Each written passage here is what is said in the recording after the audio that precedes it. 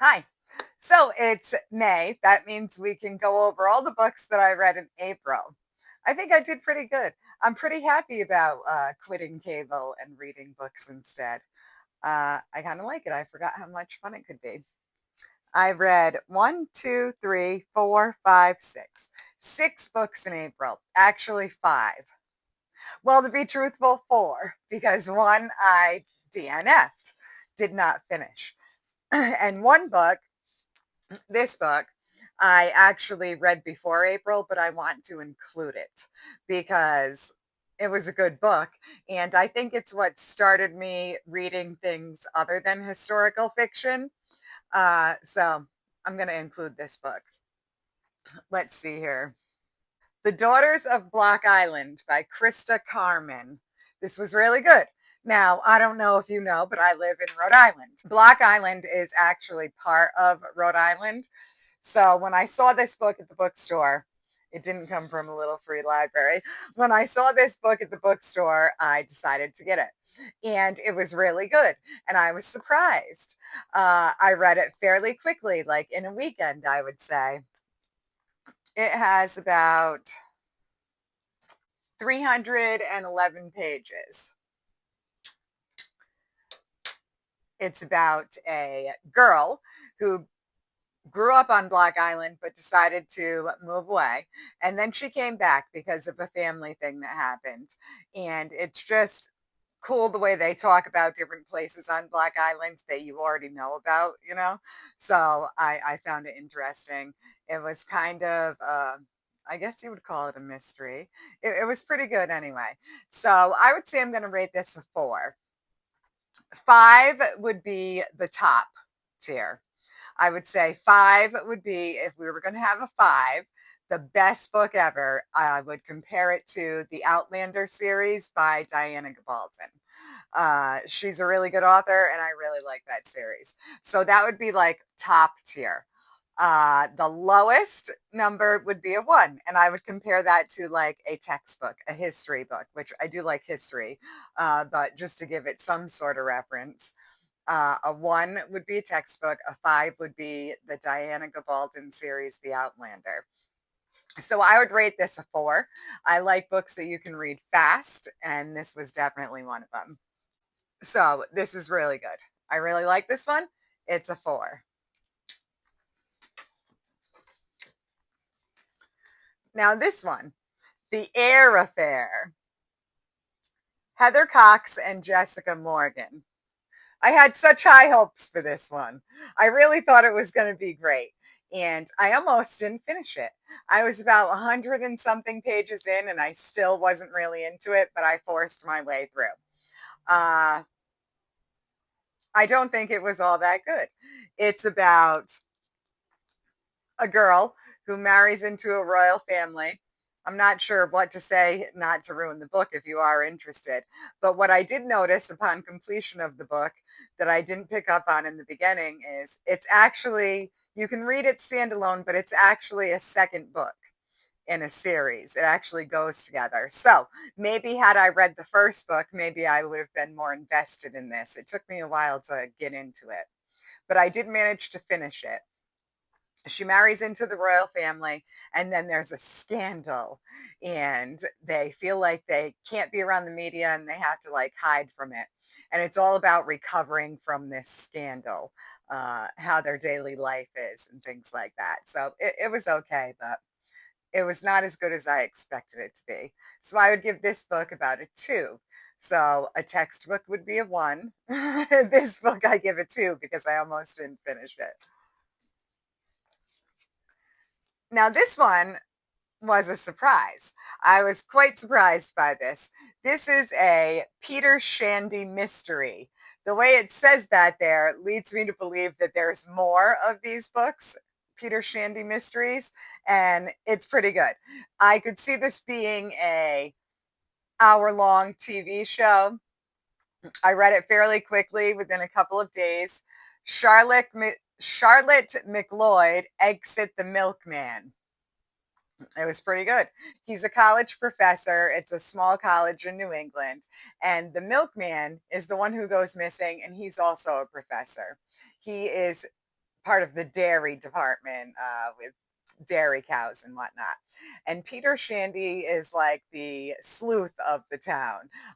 He figures out, the things that are going on around there, but he's not like the official detective. It's really good. I believe it to be part of a series. It was good. I would give it a 4.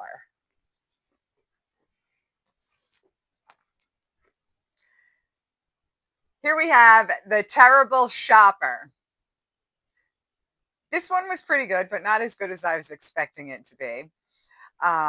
Let's see, who is it by? Laura Burton. It's about this girl. She's kind of flighty and she goes around a lot and she loses her job. She can't seem to hold a job very well. Not because she's a horrible person, but because she's like a little bit clumsy. She's running late, things like that. So she loses her job. She lives with her sisters, and her best friend has a really good job. She's like a personal stylist, right, to wealthy people and famous people. And for whatever reason, the best friend can't make it to this appointment that's in the same area where the main character lives. So she asked the girl who can't keep a job to just cover that for her really quick, and she would pay her. I don't know, something like $300 just to go over and take the person's measurements. Well, when she gets there, it's a famous actor, and she already had a crush on him, and just silly things happen from there. So it's pretty good. Definitely a beach read, and it doesn't take a lot of concentration. I would say it's about a 3. Terrible Personal Shopper. All of these except the first book, the Black Island book, came from the Little Free Library. This one is a did not finish. I feel like I'm going to sneeze. Murdered by His Wife, it's called. An absorbing tale of crime and punishment in 18th century Massachusetts. So it seems like it would be good, but you know what? Come to find out, this isn't even a story. It's not a book. It's more written like history, like a timeline kind of. It's not a novel per se. So I would just give this one probably a 1 because I didn't finish. So it's about the murder of Joshua Spooner in Brookfield, Massachusetts in 1778, and the execution of his wife Bathsheba and 3 accomplices 4 months later. It seemed like it was going to be a story. If it was a novel, I think I totally would have read it. So that's a 1. This one I read very fast. This was pretty good. Uh, it's historical fiction, but not the same type of historical fiction that I usually read. This is The Harvey Girls by Juliet Fay, and it's the 1920s. It follows 2 girls. One is younger, about 15, and she's from a small rural town, and the other one's in her 20s, and she's from a city like Boston or something.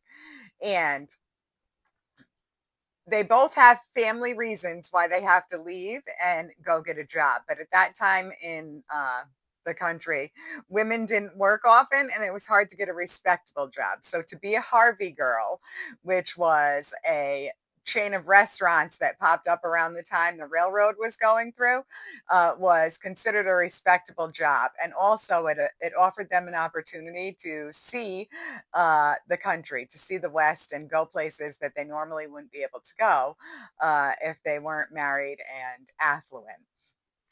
So both of them get a job as a Harvey girl, and they're from 2 different walks of life, and they end up being roomed together, and it's about their friendship and what happens uh, as they go along to all the different places. And the ending of this one is really good. They don't leave you hanging, and the way that they close everything up at the end was enjoyable.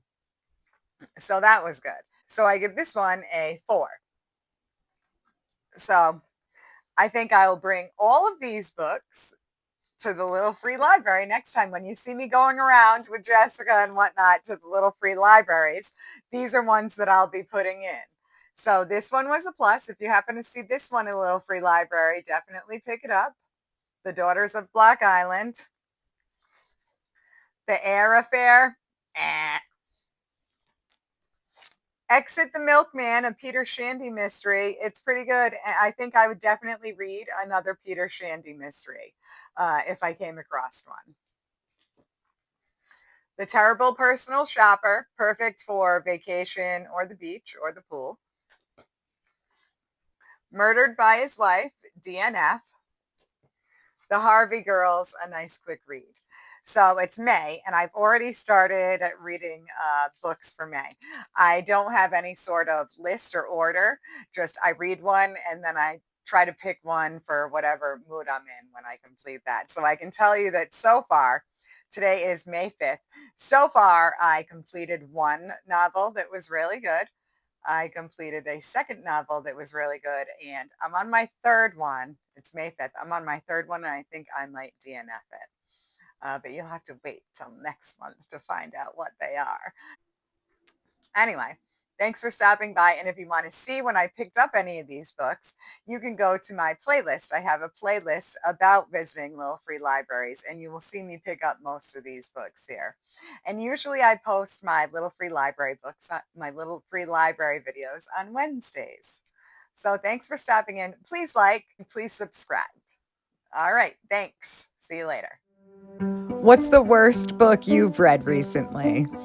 Or have you ever found a great or terrible book in a little free library? Let me know in the comments. I'd love to hear.